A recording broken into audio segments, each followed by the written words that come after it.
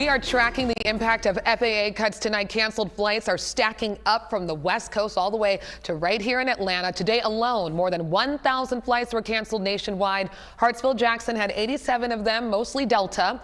Our Brian Unger shows us how the fear over flight disruptions is pushing some passengers to look for other ways to travel.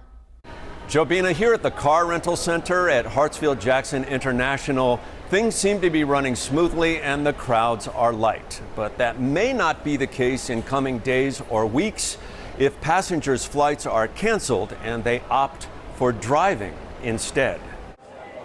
The lines to rent cars were thin today, and so is the patience among passengers on this, the 38th day of the government shutdown, who are trying to navigate uncertain travel. These guys got to get on it. This is ridiculous. For frustrated travelers with canceled flights, renting a car is sometimes the only option. I have work on Monday, but I also want to sleep in my bed. I don't want to have to pay for a hotel room and sleep here. There's literally no change in price. Dave Shea, an Atlanta-based travel expert, says one-way car rentals may not be as pricey as they have been historically. But before you rent, Shea says consider this. Definitely check the fine print on every step of the way along your booking. Always click the little drop down that says taxes and fees, look for the breakdown, make sure there's no surprises. And then also when you're going through the checkout process, there's always options for insurance and whatnot.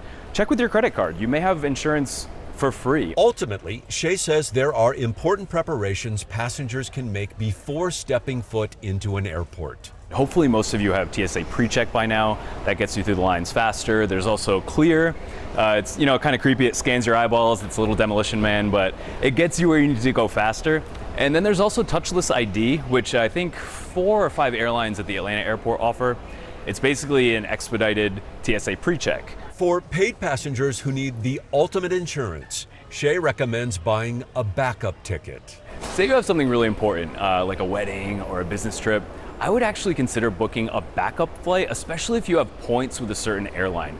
Backup flights can be canceled up to a half hour before departure. Still, most people will opt for a car rental. It's a 6-hour drive. I mean, if it was more than 6 hours, I think I would have to reconsider. But yeah, I'm driving home if my flight gets canceled. Rental car companies like Hertz have told us they've already seen a spike in one-way bookings. So if there's somewhere you absolutely, positively have to be, it might make sense to rent a car as a backup, and sooner than later. Jobina?